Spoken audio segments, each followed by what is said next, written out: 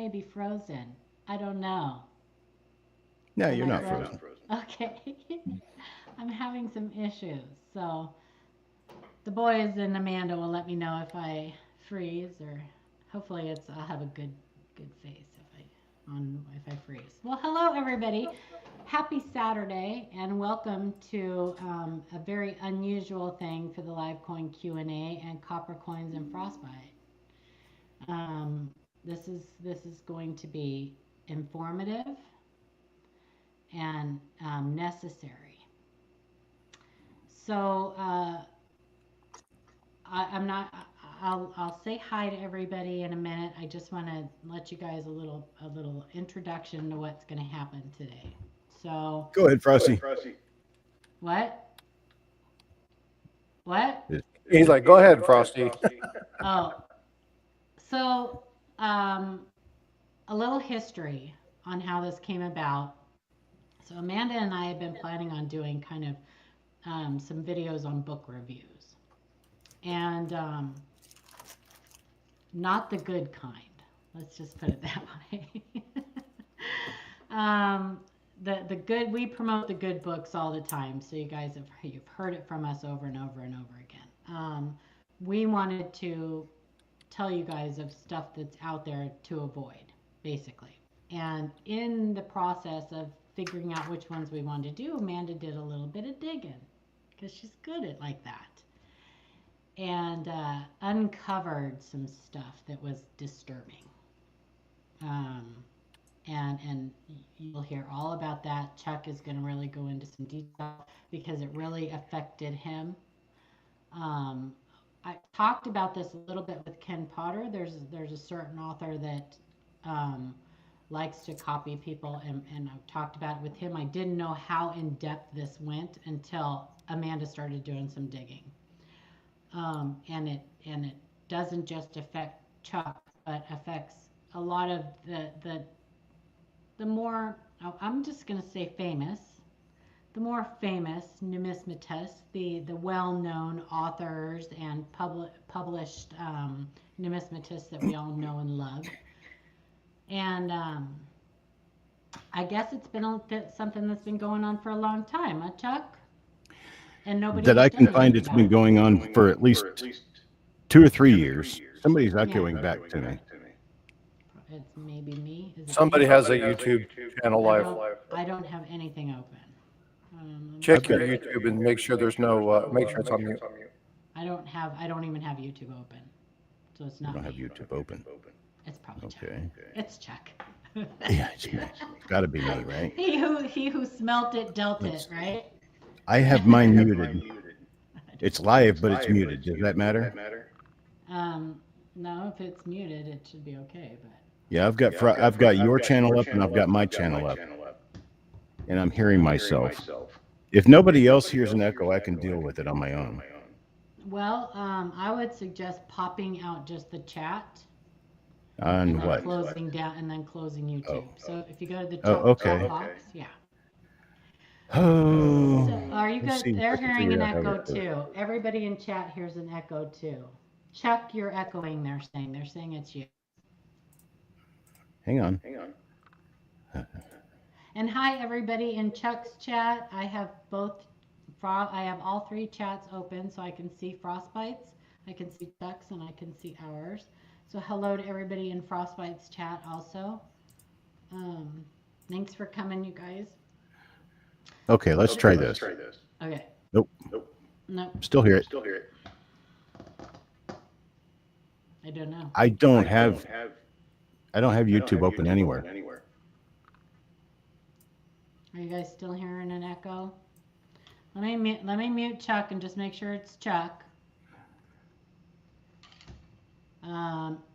Yeah, so I don't hear it when you're talking at all, but I still hear myself. You don't hear what? I hear myself through the audio. I don't know. Maybe it has something to do with simulcasting. No, we've done this plenty of times. That's not. Well, I don't have anything open. I have StreamYard and that's it. I don't have anything no open. problem. That's no problem. I'll just go on mute. No, yes. Frosty, we hear you echoing. So they hear Chuck and they hear. Do you guys so I want to ask in our chat. Everybody in LivecoinQA chat, do you guys hear an echo also? Paula, the only one has no echo. So I'm the only one that has no echo. You hear an echo from me? Frostbyte, can you mute for a second? I've been muted. I just muted my mic. I'll mute you. Okay, you guys hear echo? I don't know what's going on. It's got to be something that you don't hear an echo, Chuck?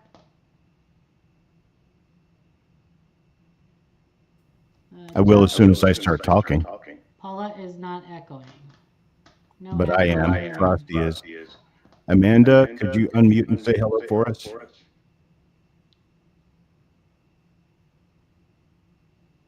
Hello, Amanda? Hello. Yep, she's echoing too. So we've rounded this down. 1 out of 4. 1 out of 4 is not echoing. Chuck's echo. Well, I don't know what to do about this.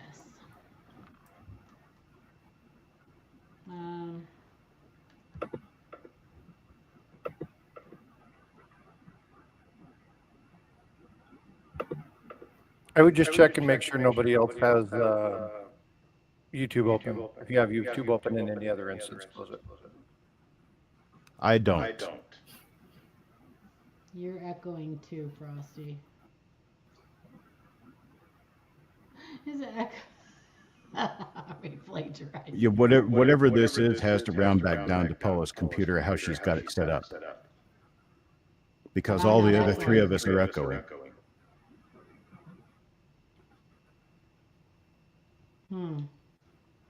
But I'm not echoing. Could you mute yourself and see if it still echoes? Now, does it echo? Does anybody hear me? If anybody can hear me, nod your head yes. The echo went away. The echo went away. So that's definitely Paula. Okay, Paula, you can come back. I'm going to leave and come back. Okay. Are they echoing now? Yes. Are they still echoing? You are. Okay. Still echoing. Just check and make sure you don't have another window open, Paula. I don't have anything open. Okay. Yeah, so all the echoing should be gone now. Yes, the echoing is gone as far as I can you talk, tell. Amanda? She's frozen. No, she's not. She just is very still. Amanda? Yes. Okay. Yeah, no echo there either. Okay, good. Okay, yeah. Yeah, you have to kind of tilt your head once in a while so we know you're not frozen. Okay. I'll kind of piggyback on what Paula said a little bit earlier. Oh, there she is, and we're echoing again. I don't know what to do. Let me stop my Let me stop this camera or change cameras and see what's going on. Check your mic and see if you have go into your that's even worse. Video. And then see if your echo cancellation is on. It's not. Turn your echo cancellation on. Is that better? Do you hear me? Yeah, perfect. Oh yeah, we're perfect now. Okay. Yeah. Yay. Okay. Okay. So I'll go ahead and say what I was getting ready to say while she was gone. She said that this definitely affects the people in the industry, such as the authors and the quote unquote famous people. I beg to differ in that it actually affects everyone in the industry. Everyone. If you read books about coins, if you like books about coins, if you collect coins, you deal in coins, you have friends who collect coins, anyone and everyone is likely to go on to the sponsoring websites and purchase books that are written by either computers, nobody at all, or people who like to steal. And this affects all of us because it affects us industry wide. When you buy a bad book with bad information, you're going to have bad information in your noggin. When you got bad information in your noggin, you're not going to know the right answers to the questions when someone else asks you. Go to your coin club meeting and someone's going to ask you a question and you're not going to know the answer because the answer was given to you improperly by someone who stole the information, garbled it, got it wrong, and put it back out in a book form. And when I went onto Amazon and started doing my searches and started doing my deep dive, I found that 2 out of every 3 books on Amazon are fake books or books by bad authors. This is numismatic books. I searched coin book and it came up with over 8,000 results for coin book. There are not 8,000 coin books that are written by anyone specific. There might be maybe 400 or 500 at most. And with what we've got there, 400 to 500 actual books, you're talking about roughly 7,500 books out there that have been AI generated. They're built by computers. The grammar is horrible. The spelling is horrible. The definitions of the terms are atrocious, very wrong in most places. And a lot of the images are stolen from people who work hard to put that information on the internet. Now, most of the images that I have found are not stolen out of books. They're stolen directly off the internet. So, yeah, the 1/3 of the books that I found that were actually good books were generally books published by Whitman. There were books published by the ANA, books published by people like myself or Ken Potter, Brian Allen. There's a long list of people who actually do publish real books, but most of those people, you'd be able to go onto Google and type their name and come back with good results of numismatic research, dealer websites, all kinds of other things. Yeah, she's not scratching her back. She's pointing to the books. And it's just a really, really big problem that we have in the industry, and it's industry wide. It affects all of us, all of you, everyone out there listening to this. It affects you. And it affects you in that you might be out looking for a good book and you see a title, you see a cover, you think it's really nice. You purchase the book, you get it. And when you get it, you get pages of junk that were put together by a computer, and we have no clue ahead of time. So anyhow, that's what I have to say. I wanted to let you know, Chuck, that I didn't get a chance yet to tell you, but yesterday in my, hours long thing on Facebook, I live there, in one of the groups, somebody had 6 books lined up. 3 on top were great books. The 3 on bottom were garbage. The one we're talking about today. Oh, really?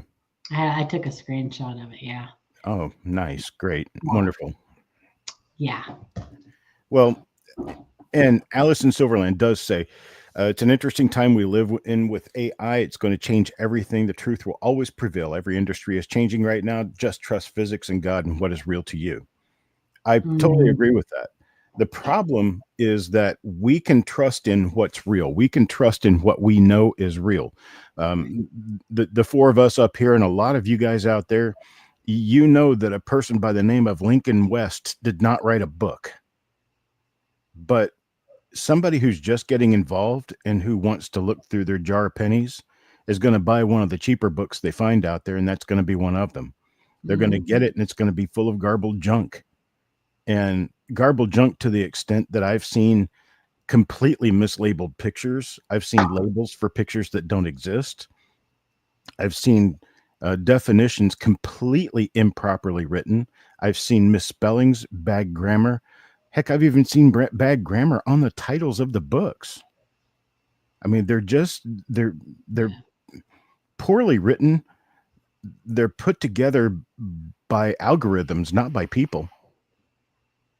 But yeah, And we've talked about this before, Chuck. The problem we're encountering with AI and numismatics is that AI learns from what other people are putting into it. So if AI is learning the same as new collectors are learning. They're learning from this garbage that's being put out. So it's just regurgitating all this bad information. And that's a problem. That's a real problem. We see it all the time. So one of the problems I encounter as somebody who does a lot of stuff on Facebook, and I'm in a lot of Facebook groups, is they don't know me. I'm nobody to them. I go into these groups and I try to teach and I try to help. And a lot of times, I want to say most of the time, but a lot of times my information is received well. But sometimes I encounter people who will spit back at me these AI descriptions that they've Googled, they've put in Google, and they're like, well, here's the information I have. You know, who are you? Why should I believe you over Google? And that's a problem. They shouldn't, I guess. You know, who am I? Hopefully. Well, Paula, it was like when I was doing the research for the commemorative coins, right? Mm-hmm. So we had a 1916 coin, and when I pulled up AI, it said it was from 1920. It clearly shows on the coin it's 1916 and 1970. It's the what people affectionately call the Lincoln, right? And so it's Illinois, but it's the Lincoln commemorative. It shows you on the coin the year, but AI got it wrong. So if you look at the very first result, which is that AI result, and Paula talks about this quite frequently, looking at that AI generated result, most of the time it's not correct. And this is the information that a lot of these books are pairing with people like Chuck's pictures. And it's like, it makes Chuck look terrible because they're like, oh, I recognize this photo. And they used his name. They referenced his name specifically. And they're like, oh, this dude doesn't know what he's talking about. And it's like, no, it's not. He doesn't know. But it smears his name without him even being aware that he is being compromised by somebody who really doesn't know the difference between a Lincoln memorial and a Lincoln shield sand. So, well, I mean, if I may, I've got a presentation that we can dim the lights and get started. I've got a presentation that I put together about this, and let's see, here it is.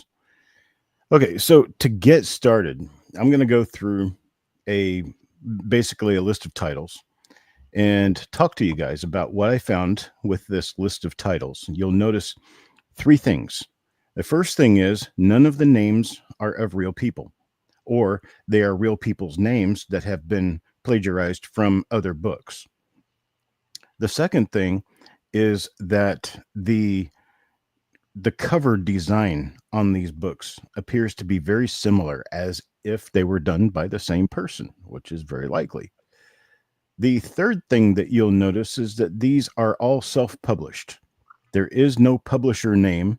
There is no, well, there has to be an ISBN, which is the, what is that called? International System of Book Numbers or something like that.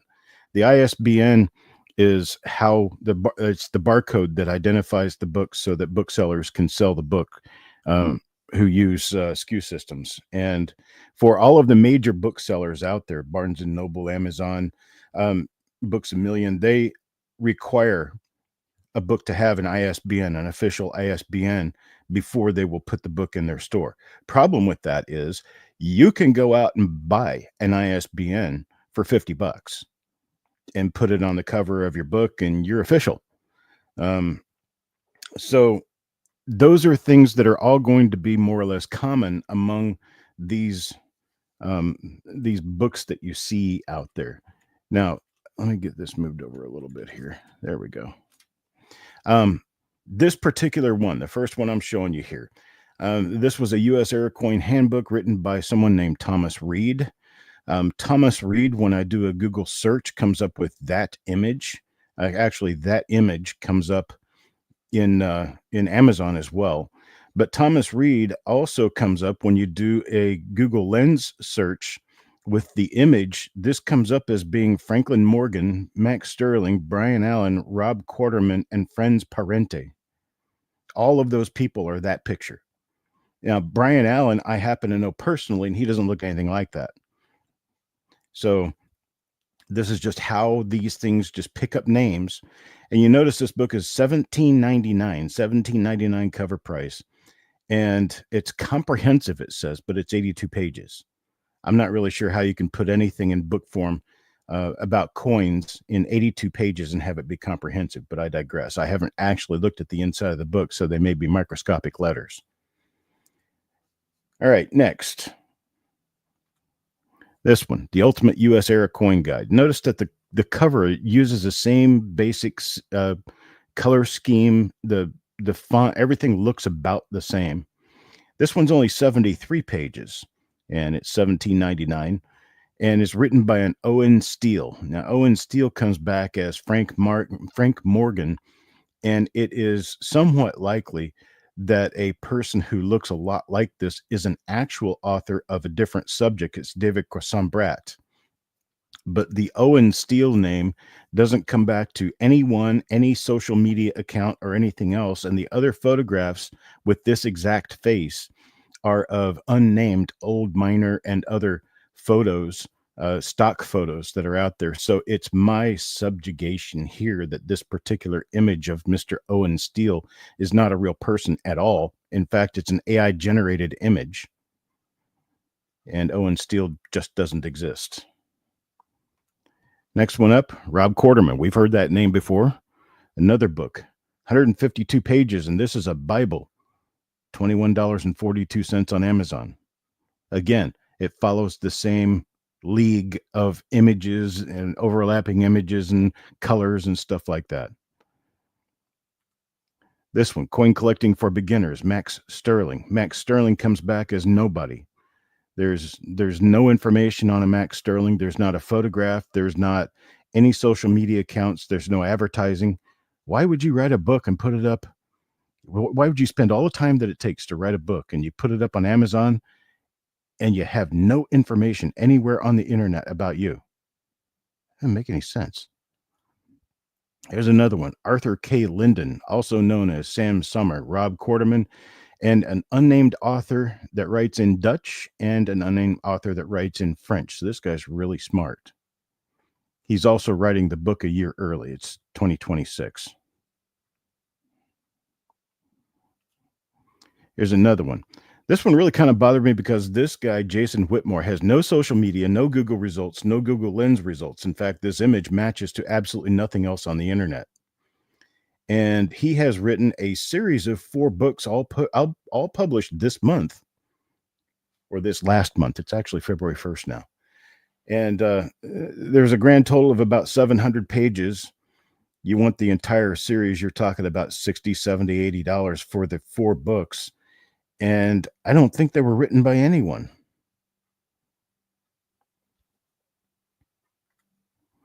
This guy's interesting.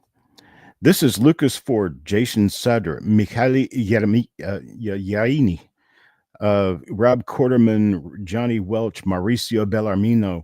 He wrote all of these books. Now look how all the covers are just about the same. Additionally, I had no idea that in order to have a valuable Lincoln Penny Era coin guide, you also needed to get a valuable Wheat Penny Era coin guide. 2 different titles. And this guy goes after title after title after title. In fact, he didn't only write all these books, he wrote all these too.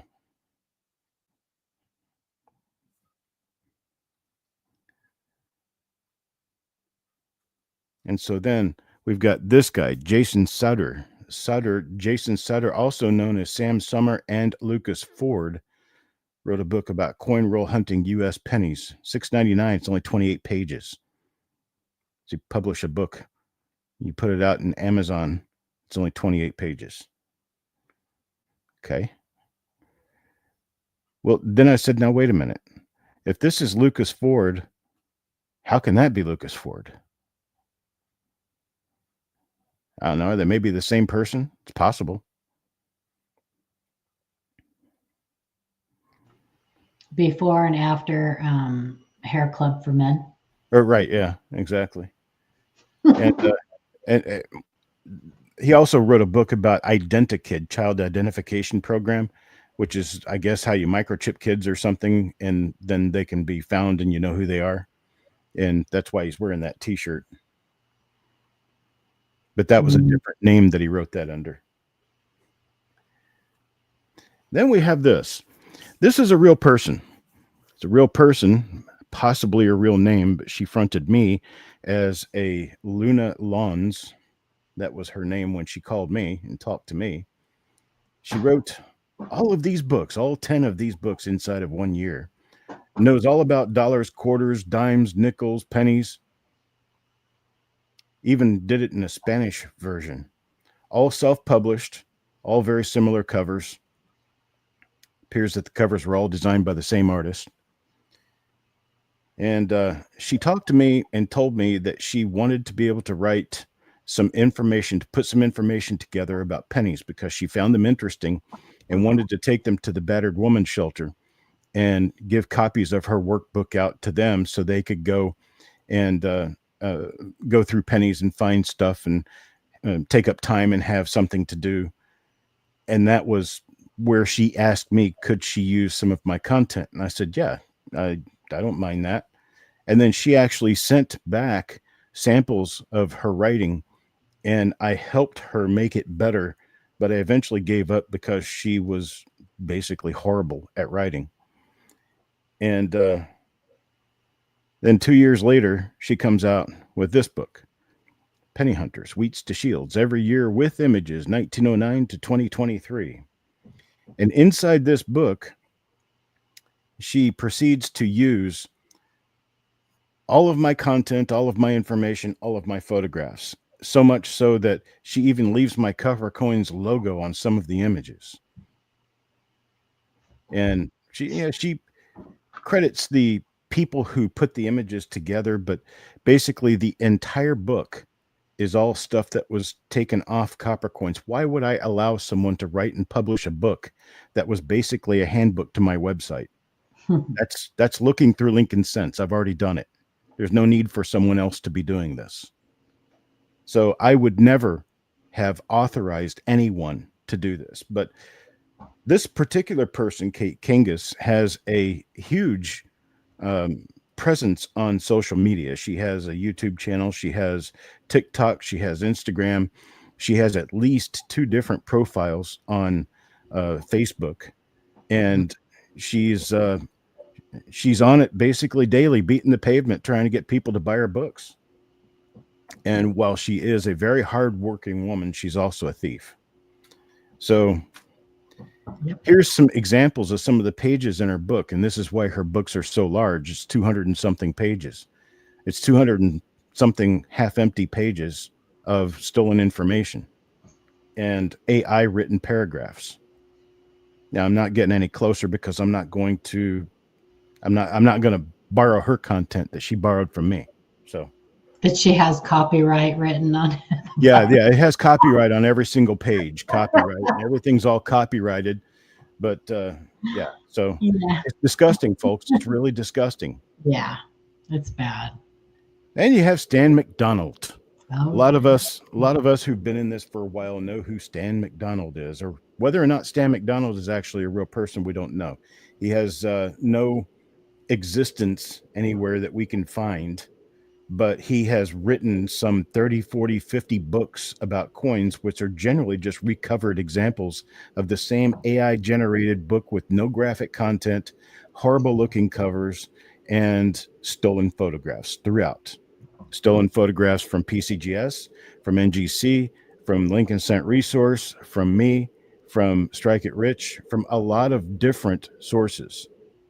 These photos are in there, and there is absolutely not one single reference to the people that these actually came from. There's no credit, no citation, no nothing throughout any of these books. Yep. And so that's what I have. Did you don't have that picture from his thing of that stolen drawing? Oh, no, I didn't put that up. Oh, Yeah, I was yeah, I hoping didn't put you that in there. would. Ugh, Yeah. hoping you would. Oh, everybody knows. Okay, I'll get the book. Hang on, I'll find the book. I just want to inject one thing to you guys. There are a lot of people that put these books out, right? Chuck just showed a bunch of things. A lot of them are about errors and varieties. Okay, a lot of them, and that is because people see that is one thing that everybody gravitates to, right? When they first start in the hobby, because they see these clickbait videos, right? Yeah, go ahead, Chuck. There we go. There we I can go. finish my thought after. Go ahead. Okay, so there's an image. Yeah. A lot of you people will recognize this image from this Stan McDonald book. But somebody has taken all the effort and time to copy my drawing because they knew it was wrong to copy someone's drawing. So they redrew the drawing. Everybody knows what that drawing actually was. I mean, it was something I drew when I was sitting at my desk one time, and I was getting frustrated because a guy couldn't understand the differences. So I sat and I drew it on a Post-it note, took a digital photo of it, edited it real quick, and stabbed it up on the chat. And everybody was like, "Oh yeah, that's really good. Yeah, yeah, yeah." Well, I immediately turned around and threw the drawing in the garbage because it was on the internet. I didn't need a live copy of it. And then about 3 years later, I start seeing it popping up everywhere on Facebook, and now it's like viral. But yeah, this guy decided to take this particular drawing back in 2018 and do a version of himself, of his own, so that he could publish that. And it's horrible. But you don't have your thing. Oh, my right? drawing? No, Yeah. I don't happen to have it up right now. Okay, well, we'll find it. Yeah, so that is the one that Chuck did.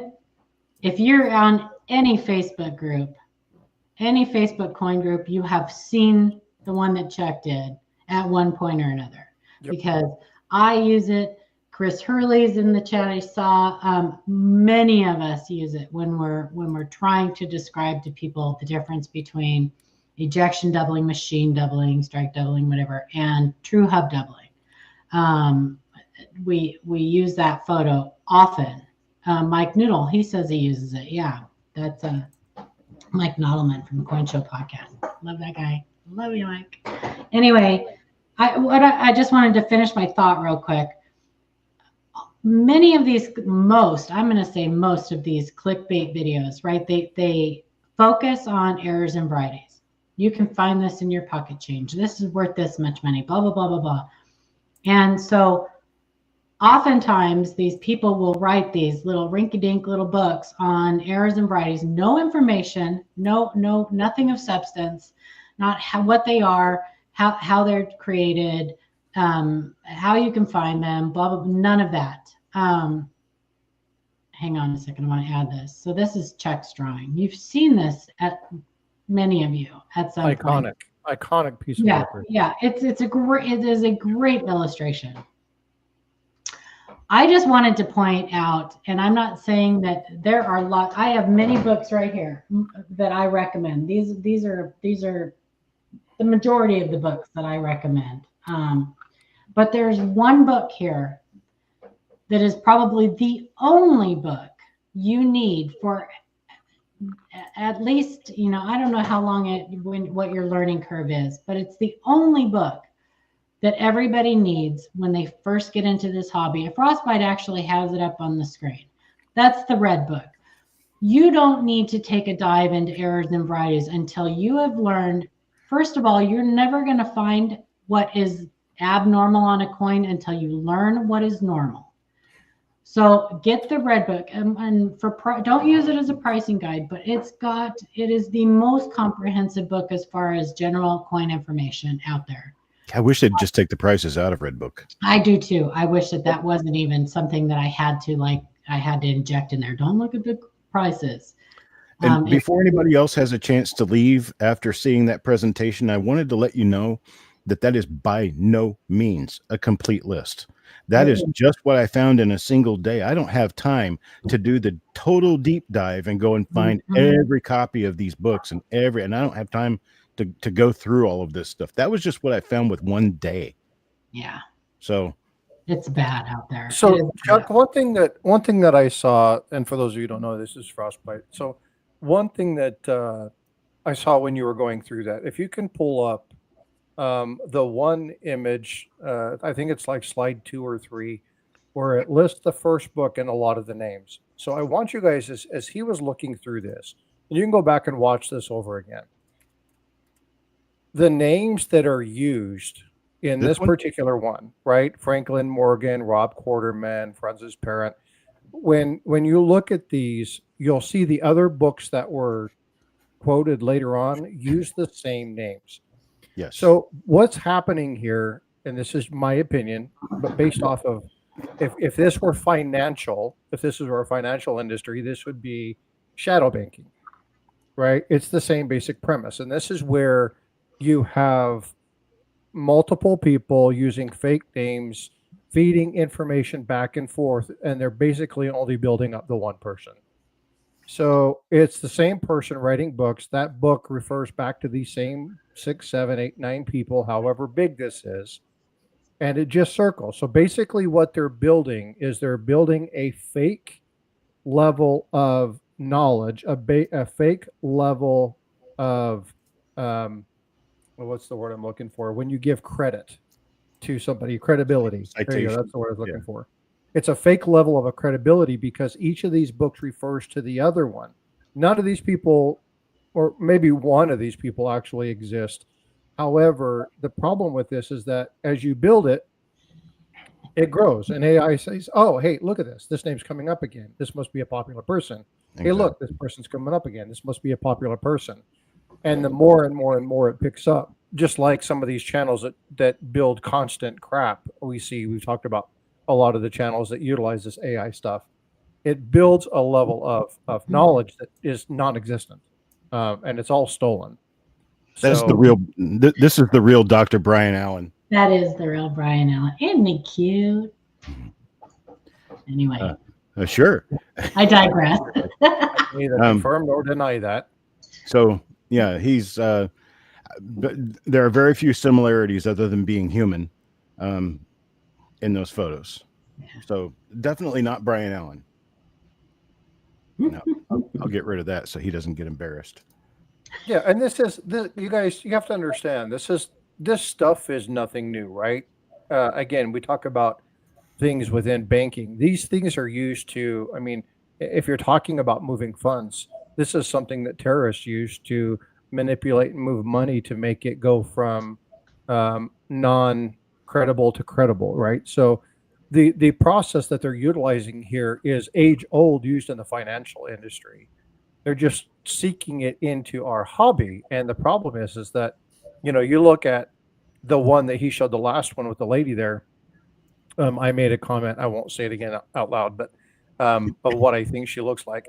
But you look like a lady. Yeah, exactly.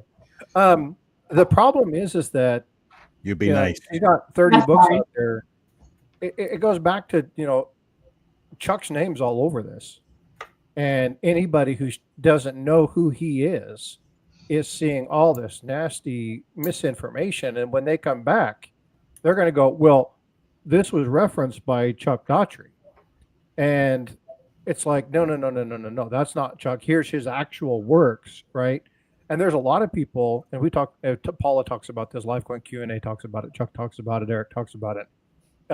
The Coin Show podcast, Matt and Mike, they talk about this all the time, and that is there's so much misinformation out there that when you hear the truth, it doesn't sound right. Like it doesn't, because it doesn't match what so many other people are saying. And that is a massive problem with this, right? But again, yeah, this isn't a new tactic. It's just seeping into our hobby. Yeah, and we've kind of powwowed about this before we, decided to do the live stream and stuff. And a big problem is, what can we do about this, right? What can Chuck do about this? I mean, yes, there's legal avenues and things like that. That all costs money. And like Chuck said, and it was a great point. Yes, it affects him, but it affects us all at the end of the day. And the biggest reason why we wanted to do this and do it on 3 channels was because the more people that are aware of this, the more we as a community, as a a family of numismatists, we can come together and try to combat this. See something, say something. We talked about that, Chuck, right? Yes.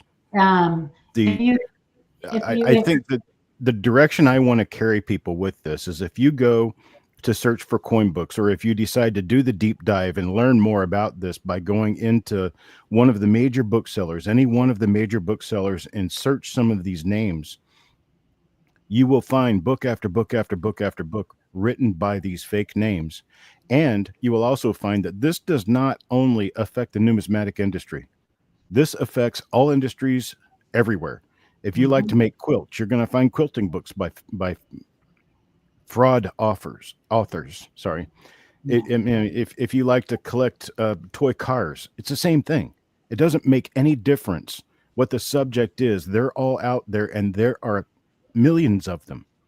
So what you can do to help the real people who are looking at these books, when you go in and you find these fake books, leave a bad review. Leave a review that shows that this book is fake. And that will help other people who don't know the difference, who can't recognize the difference by looking at a cover and an author name. That will let them know, hey, wait a minute, I shouldn't buy this book, because this is one of those AI generated junk books. And someone here, 15 people here have said that. So I should probably believe 15 people over one book. Now, I am going to go forward with the process of trying to communicate with Amazon and Barnes & Noble, especially, and Books A Million, about this, to see what we can do about perhaps maybe being able to curtail some of this.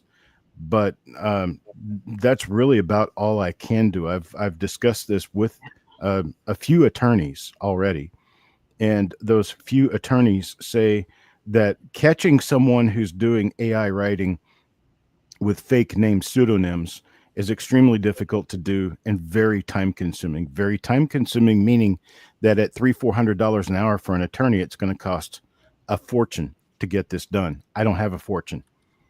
So, I barely got enough for 2 hours. What can I do then?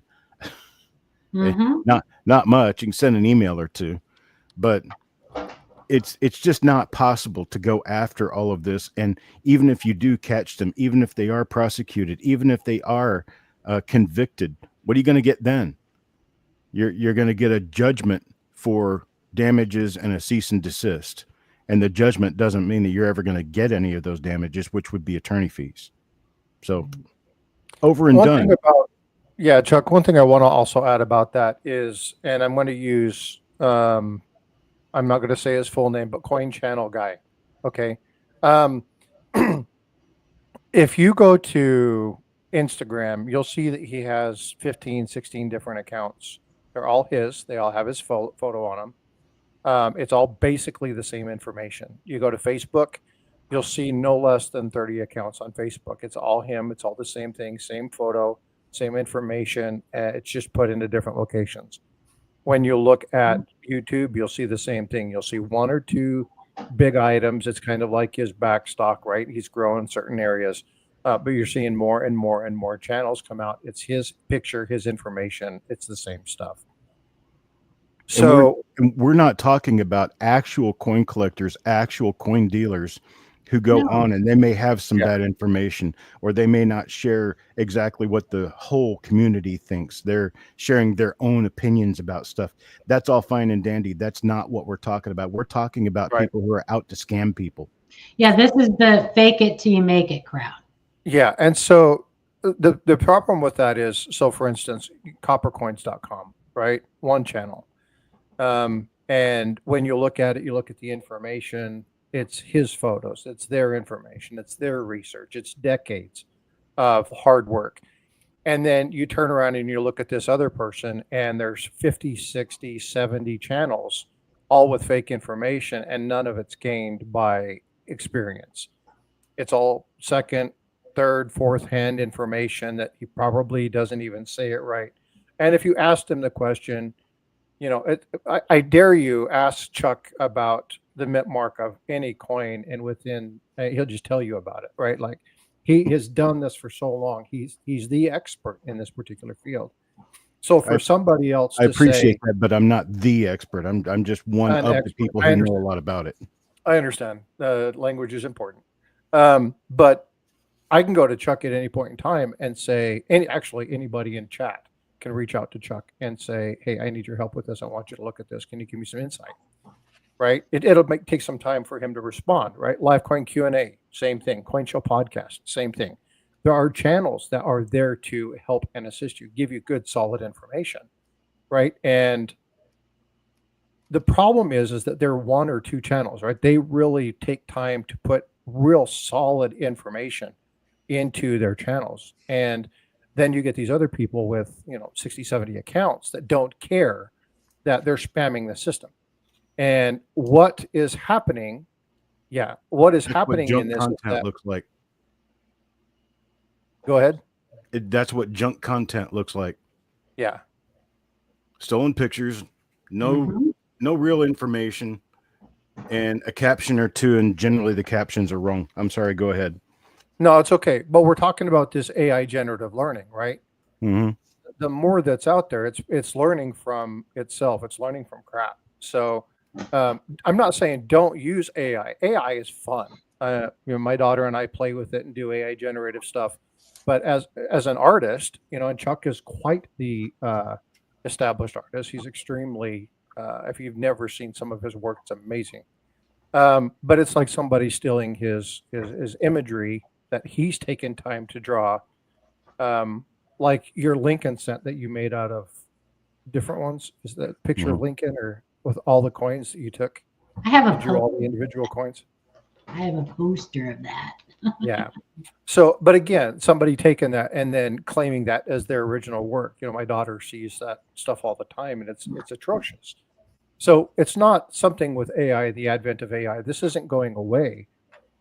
Just, like Chuck said, like Paula said, be aware of what you're looking at. If you read information and it has Chuck Daughtrey's name on it, or it has information as Alan Hubert's name on it, or you're looking at information as Joe Cronin's name on it, and it lists something like, these coins in many of these fashions can infamously be known that, I can promise you they didn't write it. Right?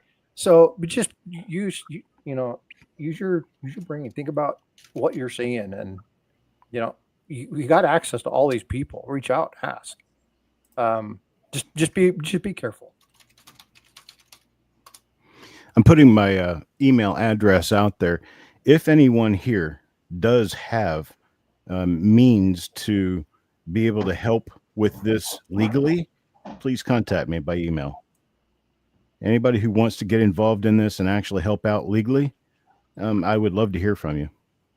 Now, I've got a lot of people who have suggestions here, but if anyone here is actually an attorney and actually can work on this, I'd love to hear from you.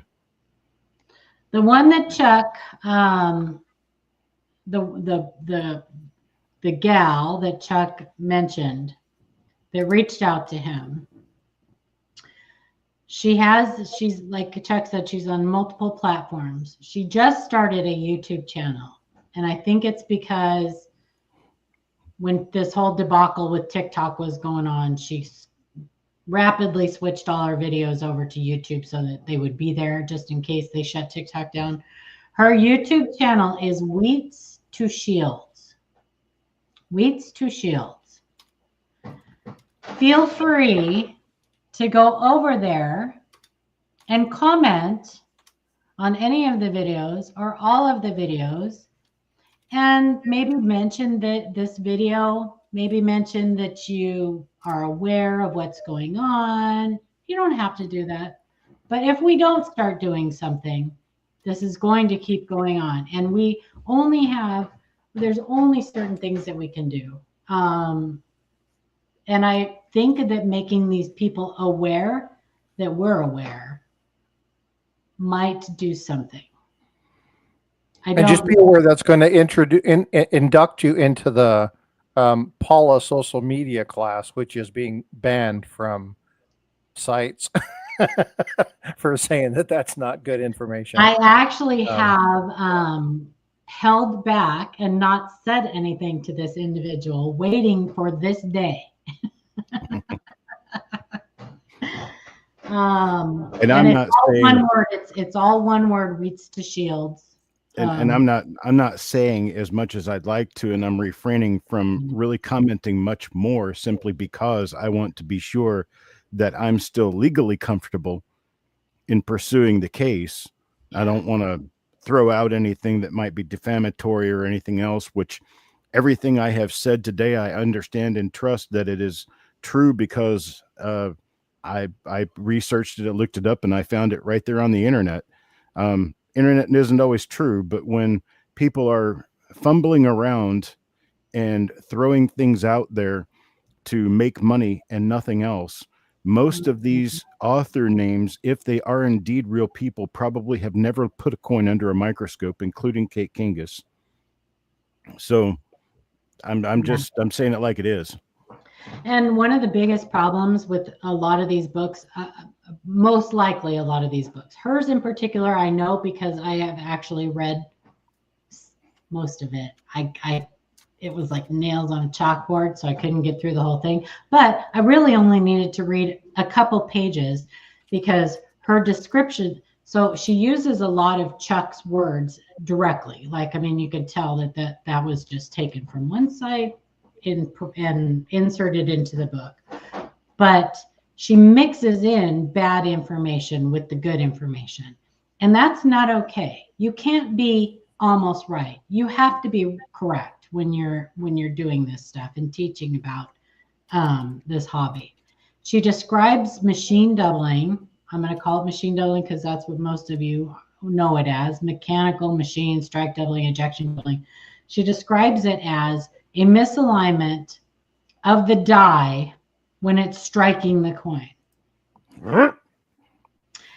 And right out the gate, I mean, I knew that it was going to be this was not going to be good. But if you Google search machine doubling or mechanical doubling or strike doubling, your AI description will be that. That will be your AI description. So that's what she's done. That is how we know that she has used AI to jumble this information into these pages. Anyone here who has ever purchased anything on eBay has probably seen an example of a description written by AI. And generally it's very mechanical in form, and it doesn't quite read right. And the sentence structure is a little off. And that's because the AI hasn't yet perfected itself.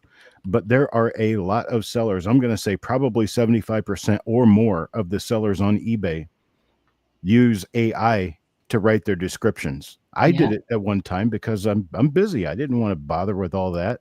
So I would use AI just to put words in there. I quit doing that because I don't really care anymore, but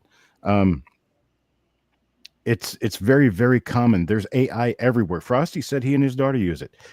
It's a wonderful tool. It's a wonderful tool to play with and to use, but it's not a wonderful tool to go stealing other people's hard work to make money. That's just ridiculous. It's bad. And you have to check it. You have to check it. You can't just, one and done. Once it's done writing its description, like I know Adam uses it sometimes in his eBay listings, but he always goes back and checks it to make sure, and he'll change things that are not accurate. So the basic structure will be there, but he will make sure it's accurate. I want to correct. I want to actually mention something here real quick, because someone said that. So is this counterfeiting? No, it's not counterfeiting, because counterfeiting would be if I took that book sitting in front of Frosty right there, that 2007 60th edition of the Red Book, and went to a publisher or went to a printer and said, hey, I want to print 1,000 copies of this because I want to sell it. Mm-hmm. You went and you had those copies printed. They look exactly like the real deal, only you're the one who had them published and put together, and you're selling them. That's counterfeiting. This isn't counterfeiting. This is stealing information and calling it your own. All this information that has been stolen and put in these books, these authors claim that information as their own when they put their name on the front cover of the book and publish it. One of the things that you should be watching for when you're looking through these lists of books, just one of the things to watch for is a publisher. If there's not a publisher, that means that they self-published, generally through China, generally print on demand, meaning that when you order your book, it is printed when you order it. And I've got proof of that because I ordered a copy of Kate Kingus's book on Penny Hunter, and it came to me, and in the book it says it was printed on January 24th, 2025.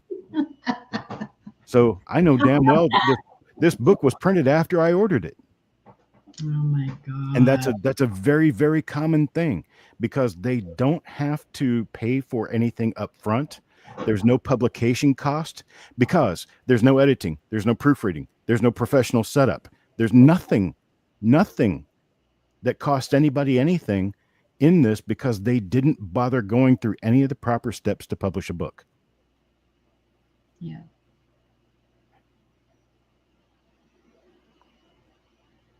I didn't mean to do the mic. And you killed it.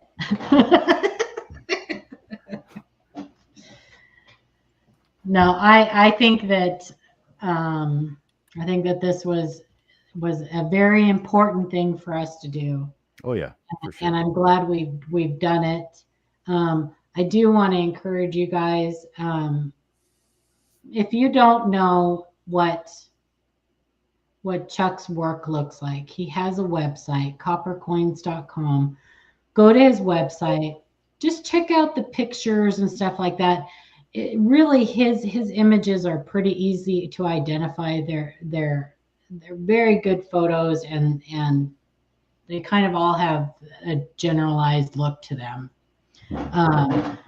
If you see something in a book that you happen to pick up or whatever, and you go, gosh, that photo looks familiar, say something to someone. All they can do is go, yeah, no, that's not my photo, or yes, that's my photo, and I give them permission, or it might make them aware that their stuff is being stolen.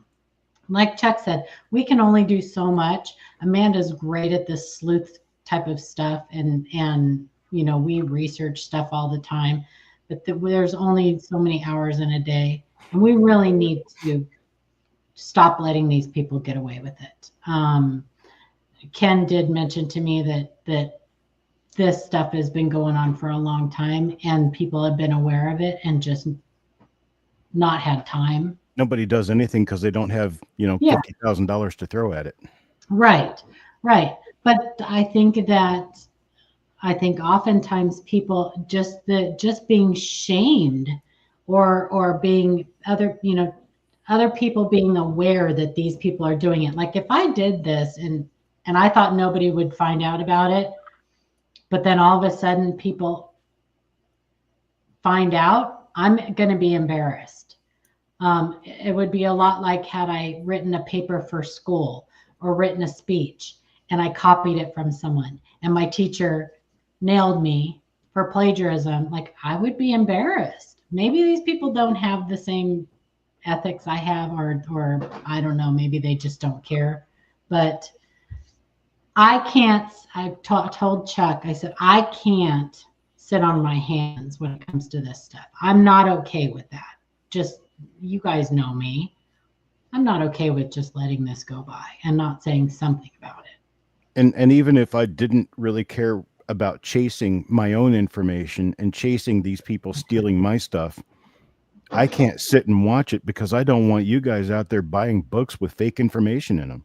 Yeah. Right. I mean, I care about the industry. I care about all of you. I care about my collectors. And I don't want people out there buying junk.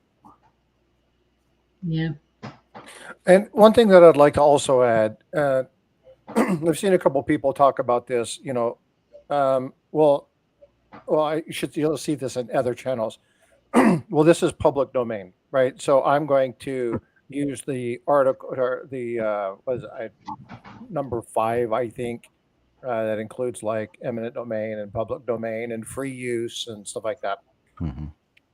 People need to understand that if I utilize an image, a single image, and I document that it came from Coppercoins, and I'm doing a video on the 1922S Lincoln set. Hey, yeah, exactly. Supposed to laugh. There you go. Okay. Which doesn't exist, right? So, but again, when you're looking at that particular, you know, item, and I show one image and I'm talking about it, I give the proper reference to it. Not a problem. Not a big issue. The issue here is they're taking the collective works of somebody and claiming them as their own.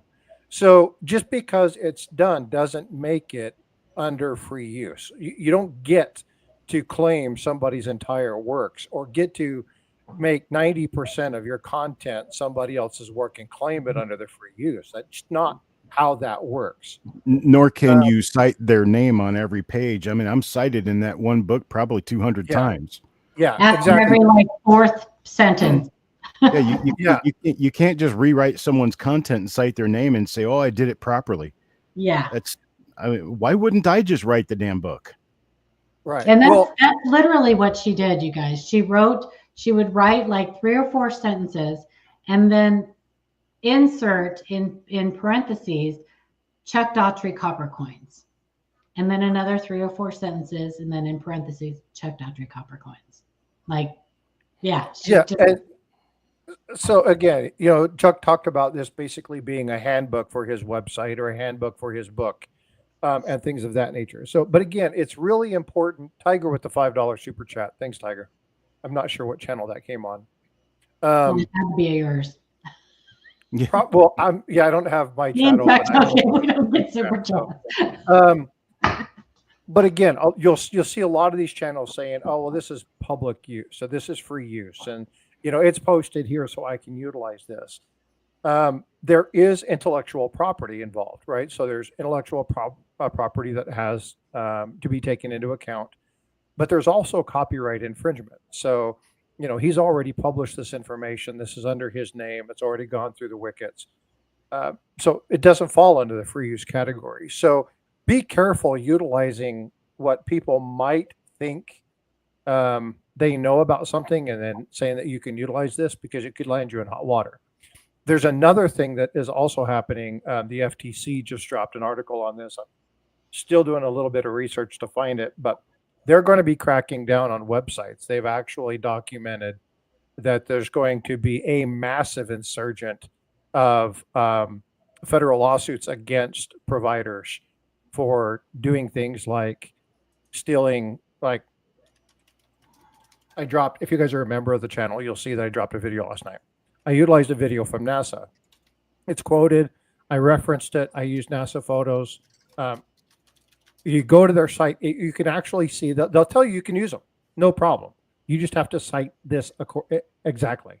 These are the items that you have to put down there. You have to put the photo number down, the federal ID number. You have to indicate who it was from, and you have to indicate the date that it was published. So you'll see that in the video. It's all listed. Everything is there. But people are utilizing a lot of government-based information, and they're taking it, publishing information, because some of the information should be redacted. Some of that information shouldn't be in there. So there's going to be a lot of changes. There's going to be a lot of people that wake up that think that they have this right to do stuff, and it doesn't. So just be aware. And that's funny that you said that, because I actually said that to Chuck too, that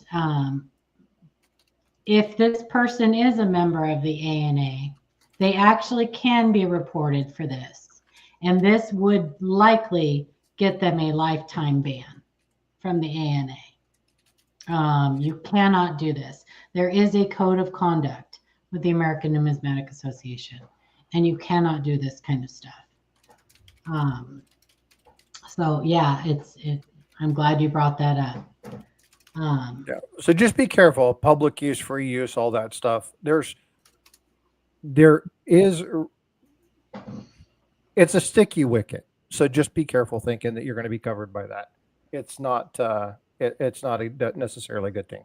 Well, and our biggest motivation for doing this is you guys. You know, making you guys aware, and like Chuck said, this hobby is super important to us. Otherwise, we wouldn't spend the time we do trying to make you guys, you know, good collectors and teaching you guys stuff. You guys are our ultimate motivation for getting the word out and getting this information out. Something I want to back up on. I've been in chitty chatting here, and I need to actually bring it out so that everyone can hear it and understand it. Why am I not going after these people? Why is Ken Potter not going after these people? Why are the other authors out there, Brian Allen, John Wexler, James Wiles, all these other people they're stealing information from? Why are they not going after these people? Well, first, most of this is AI generated stuff from fake names, so we have no idea who the real people are. The second thing is basically the only way that we would ever be able to find out actually who published those books was to get the account information from the bookseller account on Amazon or Barnes and Noble, and they won't release that information to us without a legal action to do so. Now, the legal action would be from an attorney. An attorney would be paid. Attorneys generally get paid these days between $300 and $500 an hour for copyright attorneys, trademark attorneys, and the like. And I can't afford that. I mean, I'm not rich. I sell pennies for a living, for God's sakes. I don't have the money to be following people like that. Collectively, yeah, maybe collectively in a large collection of people, we might be able to stop this and end this with the people that we have to go after today. Who's to say that someone else doesn't jump in and start doing it tomorrow, or the same person doesn't fake their own SSAN and everything else and just start doing this under a different name? There is no stopping it. The only way that we can stop all of this is if we collectively stop it by going to the source and shutting them down with comments, shutting them down with reviews. That's really the only way that we can get them to stop doing this. The other thing is, if you don't protect your work, you're inviting people to copy it. Yes, I understand that. I am federally protected under a copyright for Coppercoins. I am also protected under all of the laws that involve my intellectual property. I also have copyrights on my books and on my website, but none of that helps me if I don't have the money to pay an attorney to go after them. Correct. I got to have 50 grand to get started on something like that, and I don't have 50 grand. That's basically all there is. I'm not using my life savings to go after somebody for copying me. I am going to start working on a list of the ISBNs of the books that I can see are written by fake names. I'm going to hand that out to anyone who wants it. And that ISBN list will be there for everyone. I'm understanding that this is how we find the individual books by ISBN number. So the ones that do have ISBN numbers, which should be all the ones that go through Barnes & Noble and Amazon, Books A Million, any other bookseller that we can think of, they should all have ISBNs. So I'll make a copy list of all of these ISBNs and get it to Paula. I'll get it to Frosty, and we can broadcast it far and wide. Yeah. Yeah, for sure. I just posted something in there. Another thing, people that do this, endorsing somebody else's book. Again, when you're talking about these people, basically shadow banning, shadow accounting themselves, it's actually against the law. So I put an FTC, one of the two FTC articles that I'm referencing that I've been looking at, in chat. I want you guys to look at that. This is something else for your protection. If you own it, if you run a YouTube channel, or you have social media channel where you do call outs and stuff like that, make sure you're reporting that. These people are promoting other books of fake accounts that they've written. And again, if they're not reporting that they're paying for their own advertisement, they can get in trouble for this. So it's important you understand that there's so many levels that what they're doing is illegal, that I don't think they really have a full understanding of some of the hot water that they can get into. So this really does open a can of worms for a lot of people. So again, these are also civil cases that generally only involve damages, which are generally a financial means. It's generally not looked at as more of a criminal thing unless it's a repetitive or a widespread thing with that person, and only then would a judge even consider any served time for doing something like this. It is illegal. It's federally illegal. It's against the federal law, but it's not a federal felony. So, yeah. So just be aware. But as Paul has stated time and time again, the purpose for doing this, and you hear this on every one of our channels all the time. You heard this on Coin Show podcast too, right? The purpose, the reason that we do this is that we love our hobby, we like you guys, and we want you guys to be protected. That's it. Bottom line, right? We just want you guys to have good information. Period. End of story. Right? Not to say people won't screw up and say something dumb, because we all do that crap all the time. But we're not going to be stealing the collective works of somebody else. And if you borrow somebody's stuff, give them the credit for it. But if it's Chuck or Joe or Jack or somebody like that, just reach out to them and say, hey, I would like to quote your article. I'm not claiming ownership, but I'm not writing a book about it, but I'd like to use your stuff. Do you have any problem with me sharing it? In fact, Jack Young, I've sent him messages a number of times on Facebook and said, hey, I talked about your article in the stream. And he's like, ooh, link. I want to hear what you done. Yeah. Nice. Outstanding. Right. But show them their due diligence. And it's amazing what kindness and respect of somebody's intellectual property will get you. So, just be respectful. I mean, hashtag be kind. That's all. Sounds good to me. Yep. Yeah, we have to watch out for each other in this hobby, you guys. We really do. And there's a big difference between incorrect information and information where, like, the professionals don't always agree on things. There's a big difference. Yeah, there's a big difference. Because you'll hear that often. You'll hear, Chuck describing something one way and me describing something one way. Well, usually that's not a good example, because usually we describe things the same way. But anyway, you'll hear people who have different ways of describing things, and that doesn't mean one's right and one's wrong, but there is bad information. My example of the machine doubling I just gave you from that book. Horrible. So yeah, watch out for each other. If you hear something that just doesn't sit right with you, say something. We're going to continue these book reviews and things like this. Hopefully we'll do more stuff like this with Coppercoins and the LivecoinQA, you guys, just to let you know. I know we've been offline for a while. We still don't have things quite worked out. So, but we will, Amanda and I are going to be getting on here and doing videos every once in a while. We're going to do some live streams, coin roll hunting. Maybe Chuck and Frostbyte will join us sometimes doing stuff. We don't know. Collaborate on things.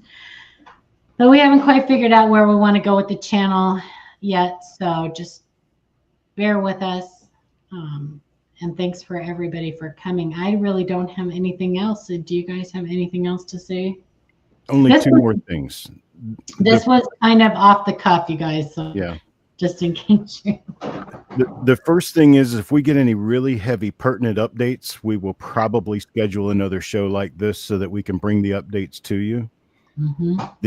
The other thing is, I'm going to make an announcement right now, and the announcement is going to be my public announcement. This is the first anybody's heard of it. I have been researching and am looking into proper ways of using the software I already have to write a new addition to looking through Lincoln Sense. So I'm going to throw it out there and get myself involved in writing a new edition of my book. So watch for it sometime this year. And that's all I got to say about that. What does this stand for?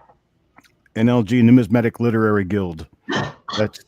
Thank you. I should have known that. The Numismatic Literary Guild is a club of authors who are all authors of information related to coins. I'm going to take this information to them. I'm going to send the video to them and see what they want to work on, see how they want to handle it, because this is supposed to be a club that's out to protect all the authors of numismatic information. So we'll see. I know. I should have known what it is. You did know. You just. I know. Anyway, I thought maybe it was like some.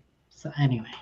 If I can make one more call out real quick, if there are people here on my channel that are not subscribed to LivecoinQA or Coppercoins, get over there and subscribe. Ditto. Okay? Same with me. Subscribe to all of these channels. Okay. Yep. I know that they're in here too. So Mike Noodle, go check out the Coin Show podcast. Go subscribe to that channel. Go give Jack Young a hard time on Facebook. Go check out Fun with Fakes and stuff like that. Like, there's so many really good channels that provide good, fun content, great information, absolutely amazing people. Get over there and subscribe to these channels, folks, because we need people knowing who they are, right? So make sure you're subscribing, make sure you're setting those notifications, go in, make sure whenever you go into one of these guys' streams, hit that like button. It's really easy. If you're on your phone, double tap that screen. Subscribing to channels on YouTube and giving likes and joining people's groups on Facebook, it's all completely free. Giving likes on Facebook videos is completely free to you, and it helps us a lot because it brings more watchers to our channel. Yeah. And so we work together as go ahead. All that stuff. It's really important. Yeah. But I don't know about you guys, but I love giving out information and helping, right? This is why I've taken and asked Paula to be mentor, asked Chuck, hey, come beside me, talk to me, teach me. And there's so many great people that if you just take time and you show them interest, it's amazing the lessons that they'll teach you. Amanda's up there hiding, but again, she's another absolutely amazing lady. So make sure you're going to check out the videos that she's been dropping lately on Livecoin. But go check those things out, right? And building and staying in a strong community is how we're going to get through things like this. So I just want to thank you all for your time. If you want information on good books, recommended books, just reach out to us.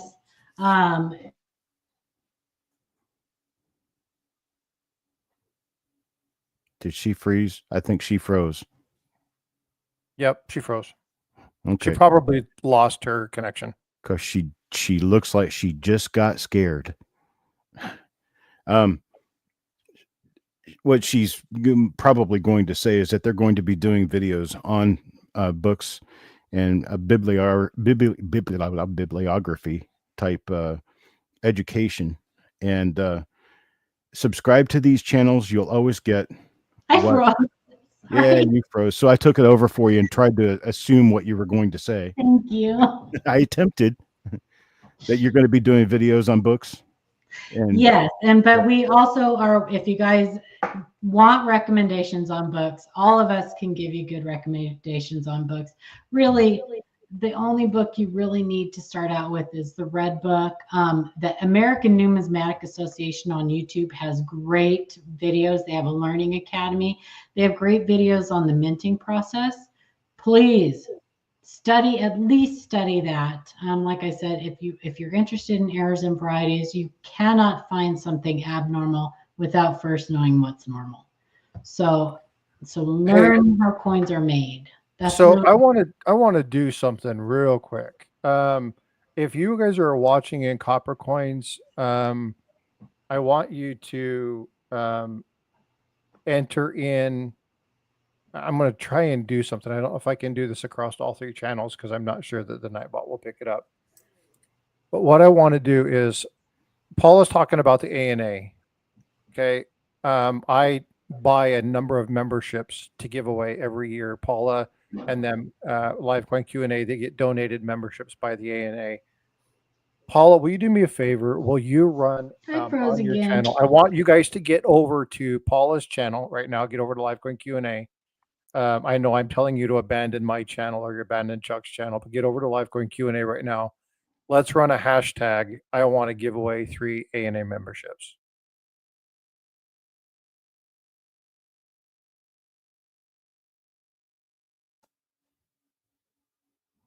Oh, she froze again. Yep, she did. There she is. Hello. Did you hear what I said, Paula? No. No. Can you pull up a hashtag?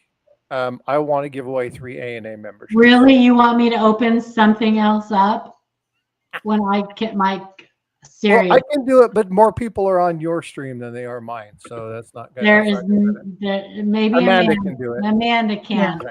I'm here. Let's not ask Paula to open anything else up because Paula can't even keep herself. Again, folks, I want you to do 2 things. Number 1, when she gets the hashtag in there, I want you to go ahead and put in the hashtag.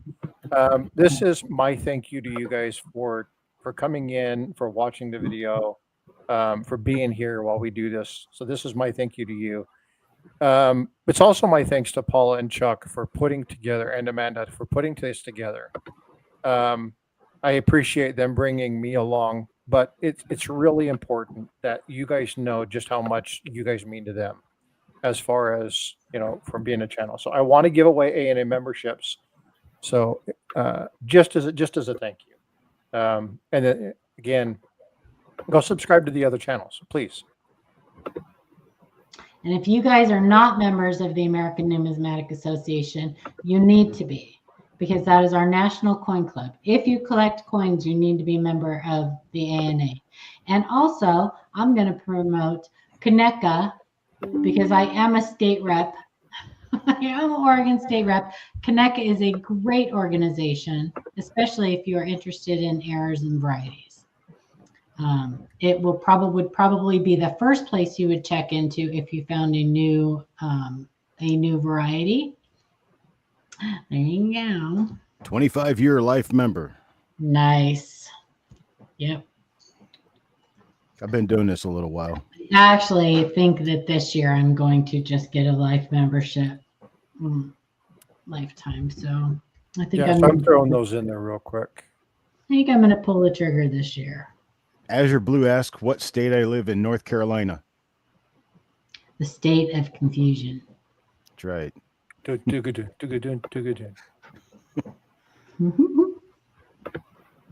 I miss Genesis. ANA is supposed to send me something in the mail.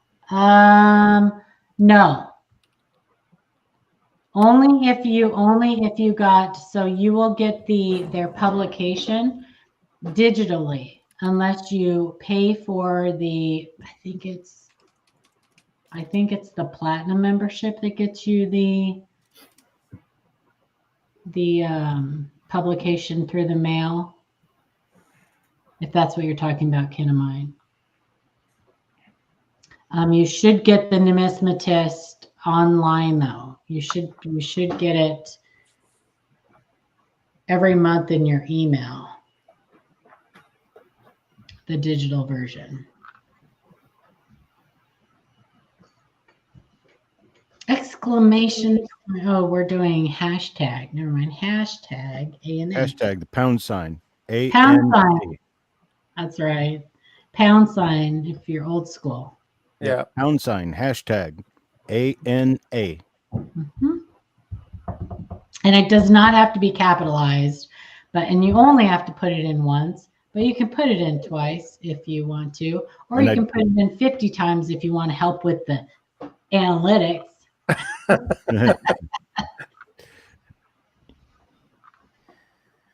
Unfortunately, the like button only works once, though. I know. Yeah, kin of mine, depending upon the level of membership, they have different things. They could have sent you something. They could have also had a special promotion or something going on. So it's hard to say, but And folks, the one thing that's really cool, and I just dropped a video. The only coin show that was able to get the Sacagawea gold space coins was ANA, right? So like they do some amazing. You know about that one, Paula? So oh, you guys need to go watch my video when it comes out. Are you talking about the Goodacre presentation to dollars? In 2000, the Sacagawea dollar, there were 39 gold coins that were created. All but 12 of them were the destroyed. ones that went up in space. Yep. Yeah. So they were sent to the place that nobody believes has any gold, right, which is Fort Knox. But ANA was the only entity that's ever been able to get those out of Fort Knox to present at a coin show. So the ANA has some really cool stuff that they do at the coin shows. And if you haven't been a part of the ANA, you need to go check it out. It's pretty cool stuff. Ken of mine, but you should have gotten your membership card. You definitely should have gotten a membership card in the mail.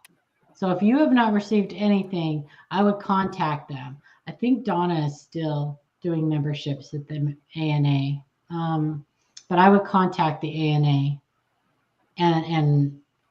and find out what's going on with that, because you definitely should have gotten a membership card. Okay, so we'll give it another 30 seconds or so, and then we'll go ahead and run this. Again, if you're not over at the LivecoinQA link, it's pinned on my chat, so you can go to the top and click on that and get over there. Make sure you're entering in ANA. Rob, Numismatic Archaeology, good to see you. Thanks for being in here today. Do we really only have 29 entries? That's all we have over all 3 channels, 29 entries? That doesn't seem right. I think that somebody's channel isn't generating them. Well, it's only going to come off yours. That's why I told everybody to go over to Livecoin. Oh, because they're putting it in Chuck's channel. Yeah, if you're on Chuck's channel, the only way to get into this is to go over to Livecoin. Hop on over, and then you can go back, but hop on over to LivecoinQA. Well, there's no reason to go back. We're wrapping things up, but I just want to make sure that and the folks, again, if you're already a member, but you want to gift it to your grandkid or you want to gift it to a son or daughter, zero problem with that. Yeah, that's right. We'll give you, I'll give you very special codes. You'll reach in. I'll have them give you my name. I work with her all the time, so exactly, it's no big deal. So Josh Vanskoy won one, and then like a month later won another one and gave it to his son. So and it is almost Valentine's Day, and what better way, to win somebody's heart than to give them a box of chocolates and an ANA membership. Give the gift of coins. Yeah, coins. That's right. I don't know. My family would not appreciate. I think my wife would beat me with her bottle of wine. I'm not even allowed to talk about coins. Valentine's Day. I just hope the membership card isn't metal. It'll hurt. Yeah. Well, that may be why I'm single. Anyway. Hey, Slot Crush, what's going on? Good to see you, my friend. Hey, I just watched her the other day. She's good people. I just watched her the other day. All right. Well, let's go ahead and run this. Okay. Good luck. I'll go into Chuck. I'll go into one of your streams and I'll give away to the people who come watch on your channel. I'll give one away there as well. All right. Good luck, everybody. I just want to say thanks to everybody for being here, being a part of this, and again, Livecoin and Coppercoins. Thanks so much for putting this together. Appreciate it. I appreciate everybody being here. I appreciate it. How many memberships is that for you, Farm Dog? He's had a few, yeah. Farm Dog win should be a lifetime member by now. It would be great if you could do that, right? Just bundle them all together. Stack them up like playing cards and throw another one out on the table every year. Farm Dog, send me an email. Well, I got 3 of them. Oh, you're doing 3? Oh. Thank you, Currency Systems. Parvis! Yay! I got your Parvis information. got one? Parvis, yes. Oh, awesome. Woohoo! Parvish, you won't have to do anything. I will call them and get you all set up. So you're good to go, brother. I got you. Next one.